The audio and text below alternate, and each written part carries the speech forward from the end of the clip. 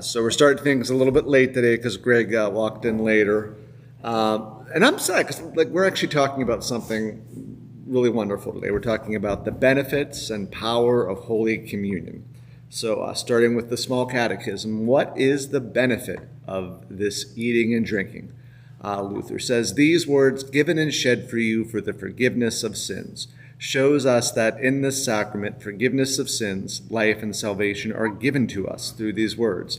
For where there is forgiveness of sins, there is also life and salvation. So benefits of Holy Communion. One, or A, is the forgiveness of sins, which Christ won for us when he suffered in his body and the cross and shed his blood to redeem us, and is now promised to us in his body and blood given to us to eat and drink. So Jesus himself says this is given for the forgiveness of sins. And here's some good Luther stuff. For this reason we go to the sacrament. There we receive such a treasure by which and in which we gain forgiveness of sins. Why so? Because the words stand here and give us this. Therefore Christ asks me to eat and drink so that this treasure may be my own. And elsewhere Luther says, although the work is done and the forgiveness of sins is secured by the cross, it cannot come to us in any other way than the word. Now the entire gospel, the forgiveness of sins and so on, are embodied by the word in this sacrament and presented to us. So for Luther, and really the Lutherans who followed, was the sacrament of the Lord's body and blood is gospel concentrate. It's delivered to us. This forgiveness of sins is delivered to us in the Word, whether that's through preaching, whether that's through just reading, whether that's through whatever. But it's rather concentrated both in our sight and also taking it in through the Word that's given to us in Holy Communion. The question here is, how would you sum up the above to someone who's curious about joining the Lutheran Church? So let's say you have, Catholics kind of agree. So let's make this person not a Catholic. Let's say it's someone that's like an E-free, kind of a free church guy. I'm kind of curious about your Lutherans. You do communion every week. What's the big deal? What's the benefits of me doing this every week? How would you sum up this these words of Luther? Christ is always there for you by giving you the body and the blood. Great. Christ. Oh, wow, that's interesting. Maybe I'll check this out. Yeah, maybe that wouldn't work. No, yeah. No, that's good. I like that. Christ is there and is giving us something. And he's always with you. Like when you leave, you still you have it with you. Mm-hmm.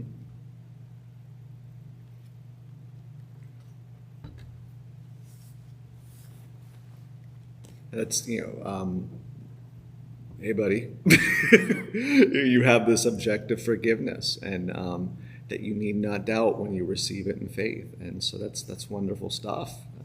That's why we do it every week, because I need that every week. I need that every day, really. Yeah. But it's nice to have this reminder every week and this experience that whether I'm feeling it or not, I'm getting this forgiveness when I believe it and receive it. And so it's this great thing. It's not dependent upon my emotions or my how well I'm doing, but it's dependent on the power of the word that's given. Oh, dude, I'll check this out. That's all evangelicals talk. Oh, really? No. Like I always said, when I leave church, I feel better. And that's part of this is part of it. Your forgiveness of sin. You get to go live the next week better than the last one, hopefully. So. And if you don't, you come back and start again what you left behind. Yeah. That could be a gray area. Yeah, you can't use that as your. But I'm just saying though. But when you don't, though, there's still that when it's legitimately sought. Yeah. There is that that you can come back. Not like I'm going to do it so I can come back next week. But when you do, legitimately screw up and you want to turn, it's there. I always like the whole thing. So the next one, point B, where sin is forgiven, there is life with God now and salvation everlasting. Because as Luther says above, where there is forgiveness of sins, there is also life and salvation. So here in the sacrament, you are to receive from the lips of Christ forgiveness of sins. It contains and brings with it God's grace and the Spirit with all his gifts, protection, shelter, and power against death and the devil and all misfortune. So how might knowing this enrich your experience at communion this morning?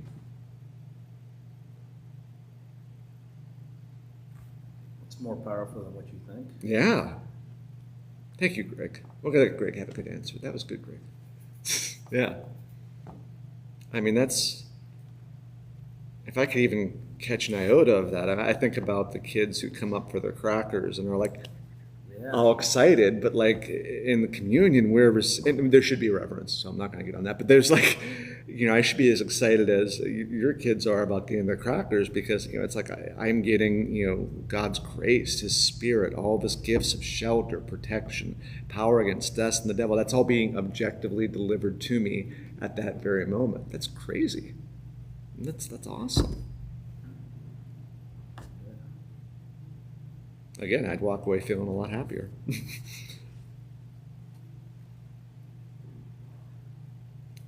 C, as Christ gives us victory over sin and Satan in the sacrament, and this is kind of what you're getting at, Matt, as He strengthens us for new life in Him.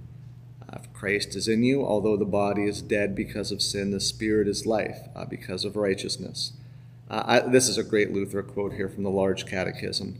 The new life must be guided so that it continually increases and progresses.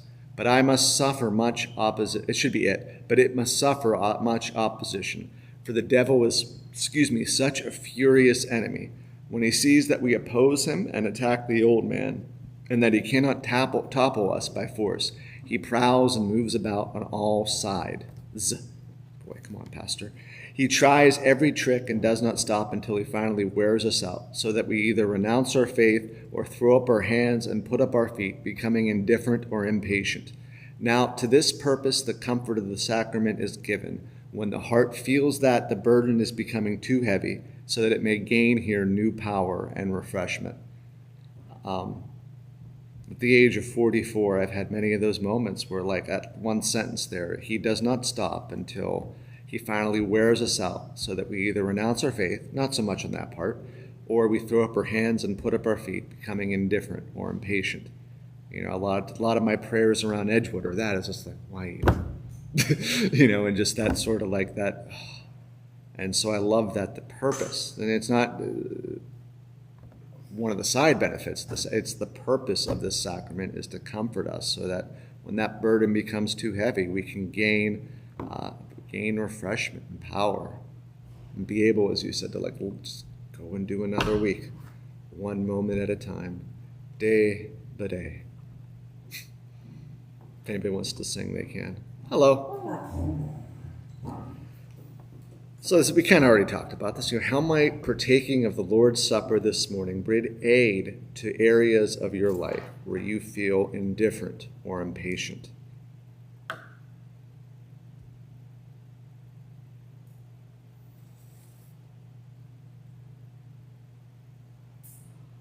Having your kids home for 3 days that they shouldn't have been home. Yeah. I'm worn to the bone. Yeah. We all need to admit some sin this week. Yes, confess. Yeah. It gets easier when they're in high school. They're still. Yeah. Oh, sorry. But yeah. Oh, that age. Yeah. I love board games, but I don't know how much more Monopoly I can play. Mm-hmm. And I want to win too, so that's the problem.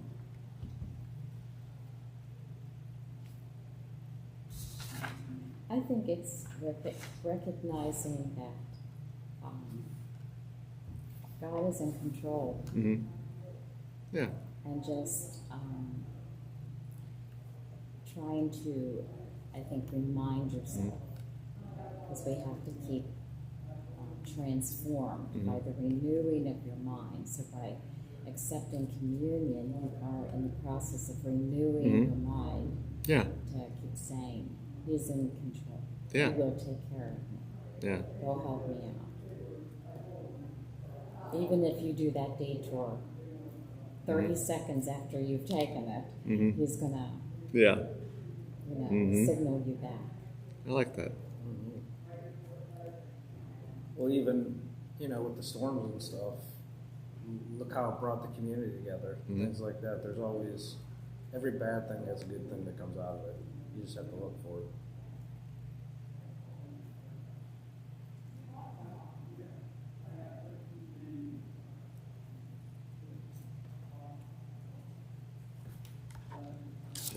All right.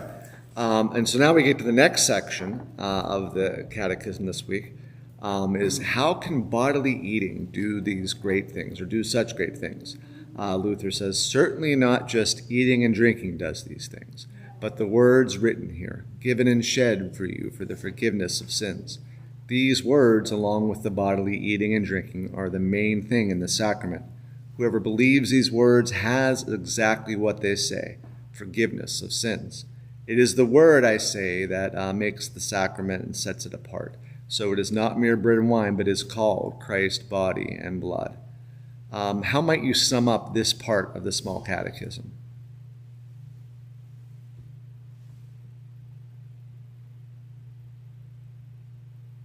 It's a little, because it was wordy, and I would have thinned it out a little bit personally. Don't look below, because that will give you the answer.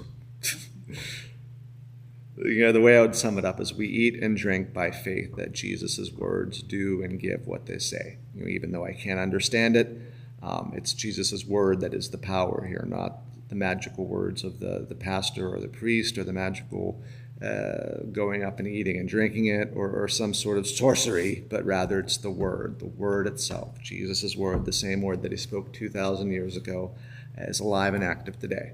And so I believe it gives what it says. And so because of this, Luther says in the Large Catechism, whoever believes the words has what they declare and bring, because he offers and promises forgiveness of sins. It cannot be it cannot be received except by faith. This faith he himself demands in the word when he says, given and shed for you, as if he said, for this reason I give it, and ask you to eat and drink it, that you may claim it as yours and enjoy it. Whoever now accepts these words and believes that what they declare is true has forgiveness. It's wonderful. Again, if I'm going to believe that, it means I'm not just trying to magically cover up something I did last week or whatever, but rather I'm believing that I need what Jesus gives me, and I'm actually receiving it. That's, sweet relief. All right, so putting these two parts, and so next week is going to be worthy, and that's going to be our last coffee talk for the summer. But putting these two parts of putting these two parts of the small catechism together. Well, if Greg's not going to come, why should we even do it? That's right. Really, yeah. Putting these two parts of the small catechism together, and we did. We got through the whole catechism, even though we didn't do. There's table of duties at the end. That's about what's your duty as a father and mother and that sort of thing, or as a house servant, or little prayers you can say. But can I, before you get in, can I ask a communion question? Yes, please do. All right, so I understand. I can kind of see where the Catholics are like, hey, if you don't believe everything we believe, you can't come up. And then we're like, hey, as long as you believe he's your only that, you can. Where does that go with, like, if you're a Methodist or you're a Presbyterian or you're walking into our church, like, how do they feel about it then? Yeah, and so that is a good question. And this is we have time. Well, actually, can we hold that till next week? Yeah. Yeah, because that's worthy for communion, and Christy had that same question, and she's and the other reason I teaching asked this week. because when we did the baptism of the kids, most of us are Lutheran, but those that aren't, they were like, do we get up? Do we not? Is this like a Catholic wedding? Yeah. And I was like, what do you mean? The procedures. Yeah.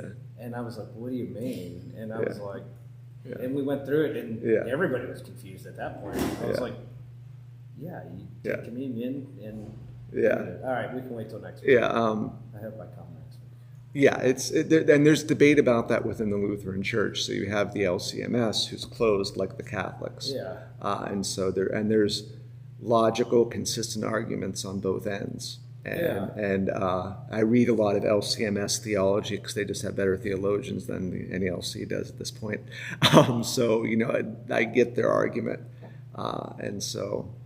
Well, and I get the Catholic argument. Yeah. Oh, yeah. I don't. Yeah, I'm not offended. Yeah, I'm not offended. Once you get what they're not saying that you're not worthy, they're just saying, hey, we believe this, and if you're approaching this not believing this, then that's kind of an insult to what we believe. This is an insult to the communion that we're serving to you. Yeah. I get it. Yeah. I just didn't know. I want to know how the other people see it when they come. Yeah. Like when you at Easter, Yeah. or at baptisms, you always say, "Hey." Yeah.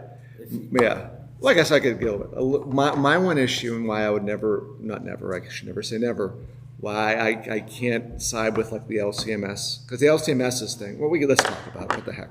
The LCMS's argument is that, all right, so let's the North American, hello, I don't know if you're acolyting today, I can't remember. I know, I'm showing you. Oh, hello, friend.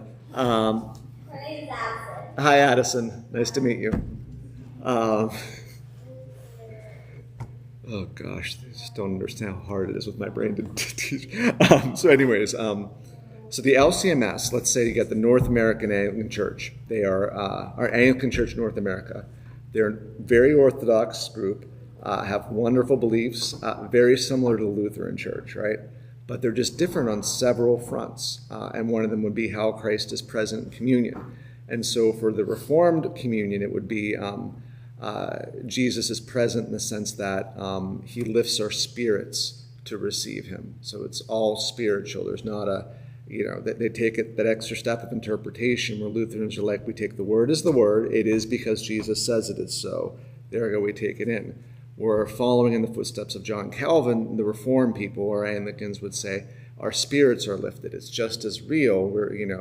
Just as real, but there's a different thing. So it is just bread and wine. Jesus isn't fully present in the bread of wine, but it's just but it's a lot of theological hoop jumping to get there, and I get why they do that. And at one point, I more believed in that end, and so the LCMS would say, well, because that's an erroneous view of communion, because of our love and grace for these Christian brothers and sisters, we don't permit them at the table because we want them to know the error of their ways and to know that what they believe is wrong. Therefore, to let them in would be to aid them in their error.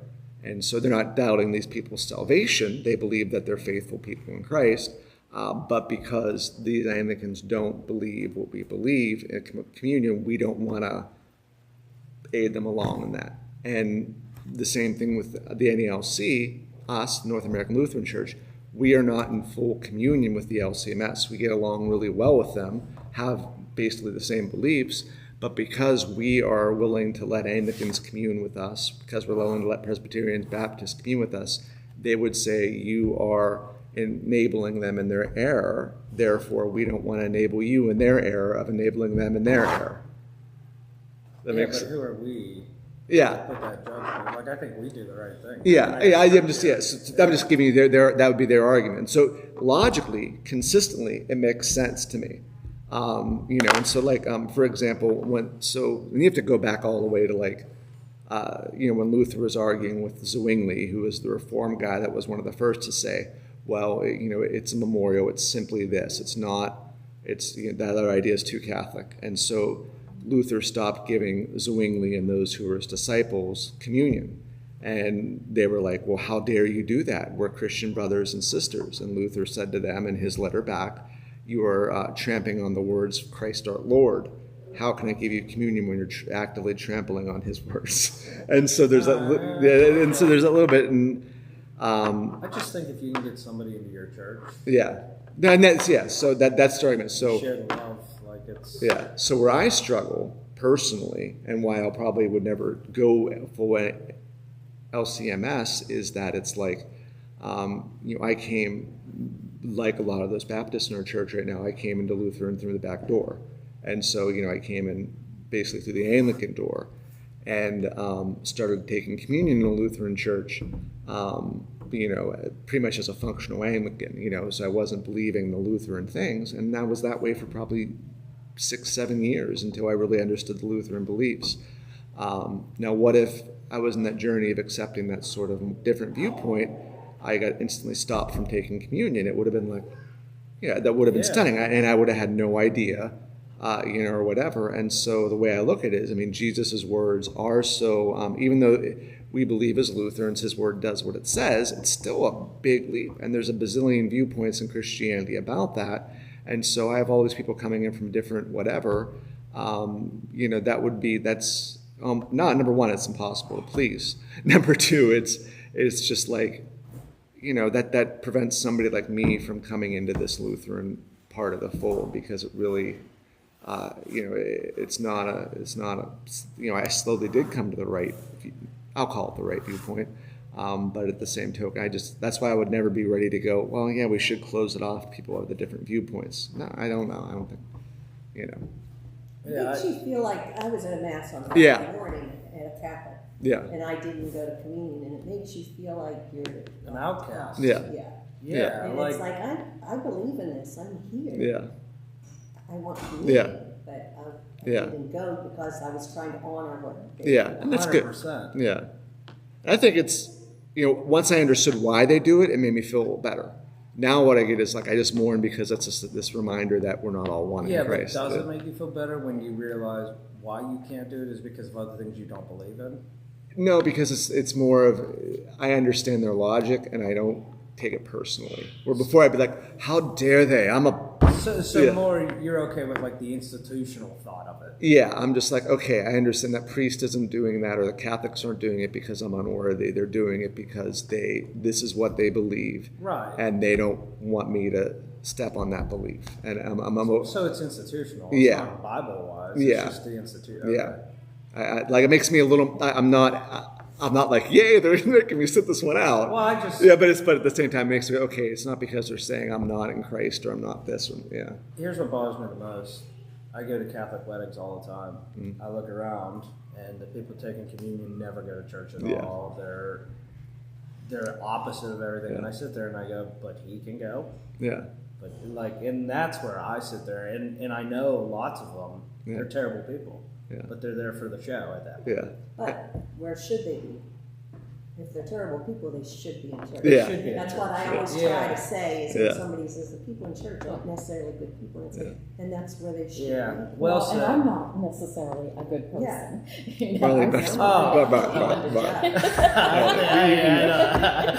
if you knew the thing, no. That's a different When section. you made the comment that you sat there and you didn't, I guess I see it differently because if communion is being offered to me, I go because I know where my belief system is. I know that is the word. Regardless of what the Catholics feel, the Methodists, whatever, I know myself, what I believe in. And if communion is being offered, I go. I feel like I have to honor. Did you hear that? It's Greg their Carnes. house. Go. It's their Yeah, I agree it's with their you. house. Yeah. You know, I need to. I see. I can't. But Al grew up Catholic. So did I. And we went to a lot of Catholic weddings and baptisms, whatever. Anytime they offer communion, he would give me a push. Come on, we're going. Yeah. Because that's how he finally understood it. He said, Marlon, you're right. He said, it's being offered. I'm not going to sit back and being denied something that, Christ is offering me. Yeah. Until you sit in the room with somebody that's very religious on the Catholic side, But that, and then they we they did. would call you out on that, and I just am like, I don't need it. Heretic. Yeah. Oh, What was I going to What say? Catholic church do you go to? That's what I got. Yeah. I go, I don't. What was I going to say? So I've never done it we were since. blessed with that too. Yeah. But it's just, I just got into the habit of realizing, that is being offered. So, Yeah. if it's being offered, I go. And I still think respect. I think you make a good point. I just I mean, the Pope, the late Frank, great. He said something to the degree. Remember, they ever see it was fun. It was like floating around the internet for a little while about he was talking about Lutherans' communion. He was talking to Catholics, and he said, if you, I can't do his accent, but if you feel that it's he's like, go. He pretty much said go, but that was not official. He wasn't sitting on the Pope throne, so it wasn't an official document of the church. But he said, wasn't in a bubble. yeah, he said the Catholics, you can go to Lutheran But communion. to be fair, that Pope is the Pope that most of Catholics do not like. Yeah. Oh, and I do. But anyways, So- but what she's saying is the Lutheran flip side of what Pope Benedict said is just if Yeah. and so I don't think Pope Benedict would have a problem with you getting communion. But Pope Francis. Pope Benedict. But Pope Ratzinger would be like 9. The former What's Pope. the old pope that's still alive? Ratzinger. There isn't. Ratzinger was alive. He's not alive anymore. I think he died. So there's no popes. There are no popes. We're No. out of popes. We're out of popes. Yeah, we're getting a new one. Oh, shouldn't have said that, Greg. What was I saying, Greg? And that's one of the things, like, when I think about, it's called fencing off the table. And part of that practice, too, is from the early church. Like, when you were getting in or catechized into the Catholic Church. So, like, there's that break between offering and Holy Communion, right? People who were curious about the faith actually had to leave the church. And so then the faithful who were members of the church would stay. And so that's kind of comes from that as well. And I'll get to what I'm getting to in a second. Sorry. I hate my brain. I'm with you. All right, so anyways, the Catholic, all right, so where are we at here? Offering and Fencing off. Okay, yeah. so part of the reason there is because like people were actually sending spies into the church to bring them down, and so like to accuse the church of things, and so they had to make sure that those who were coming to celebrate communion actually really meant it. Okay, and so part of that fencing that continues today in the Catholic Church would be if you want to attend communion, you have to come to confession before. You remember that. Mm-hmm. And so then this gets to your thing of, if everything were functioning properly, which it isn't, your issue that you had at the wedding wouldn't be a thing. Because that parishioner would go, I haven't gone to confession in a while. I can't have communion. There I go. I need to get myself right with God before I come in there. And so I think about, but the church is too big to be able to police that or to require that in the way it used to. And then I think about the LCMS or even my own. Let's pretend the NALC came with the decision like next week. We're doing closed communion. The LCMS is right. We want to, whatever. But that would be impossible to police because not only, like let's say Easter. I hate to say it that way. There's a lot of people that come on Easter who don't come at all during the year. So there's an unrightness with them. But there's also within our belief, within regular attenders, there's a lot of people who are just functional Methodist in what they believe concerning communion. I can't jump in their heart and see, well, do you really believe that is means is, unless I really get into it, and that sort of thing. So it's just the ability to please people's hearts when it comes to fencing off communion. I would love to chat with an LCMS or of how that happens on a weekly basis, and that's I just feel like it's impossible to police in that way. I don't know. Minus all these hard issues of like I would have never been a Lutheran if I would have came in a different route because I would have been like, well, why? Yeah. Well, and I know communion is the body and the blood. I get that, but communion also is communion. Yeah. Together. Yeah. Doing it together. Yeah. Definitely. Yeah. I really I suggest I got to quick because I actually have to do things today. Read these quotes below. Actually, read them real quick since we've been talking about the really deep stuff about this, but. So Luther, how could so putting these two parts together, how could they encourage you to come to Sunday worship when you're not feeling it, when you're tired, busy, discouraged, have an overgrown lawn, etc. Because part of it, when you really get into the idea of communion and what it delivers, that to me is motivation to come to church, not guilt, not this is the right thing to do or blah blah blah, but rather I come to church because of what I'm receiving from my Lord. There's a quick answer for you. So how could this knowledge minister to someone? So my thing is, how could you use this knowledge to minister to someone who is becoming disconnected from weekly worship? So that happens. Things happen in life. You become disconnected. And so here's some wonderful Luther quotes in that thing. The sacrament is given as a daily pasture and sustenance that faith may refresh and strengthen itself so that it will not fall back in such a battle, but become stronger and stronger. That's what you said earlier. If you could see how many knives, darts, and arrows are every moment aimed at you, you would be glad to come to the sacrament often as possible. But there is one reason why we walk about so securely and carelessly, except that we neither think nor believe that we are in the flesh and in the wicked world or in the devil's kingdom. So again, if I don't feel the urgency to come to communion, it's not necessarily communion's fault. It's my fault for not realizing how in danger I am from being tempted every moment and every day, and I need that sustenance every week as often as possible. He who is above says, if you want to be a Christian, If you want to have forgiveness of sins and eternal life, then come here. There stands your God. He offers you his body and blood, broken and shed for you. If you want to despise God and neglect the forgiveness of sins, then stay away. I love that. It's like a Jewish mother. If you don't want it, just stay away. It's kind of. So I do not compel you, but Christ pleads with you lovingly. If you despise this, then you see to it. We are saying that your God is offering you to you. So I love that. If you despise and neglect the forgiveness of sins, you don't got to come. So next week we're talking about the last part of the sacrament with the body, but is how to receive the sacrament worthily. So this will have a little bit of overlap with kind of our free talk a little bit, but also it will hit of what it means to go to the sacrament in our heart, and that sort of stuff. And the Lutheran theology is just one of my favorite things, and I think it also answers the questions we were talking about, but of what it means to receive Christ's body and blood worthily. So I look forward to that discussion. Talk to Greg. Make sure he actually comes next week.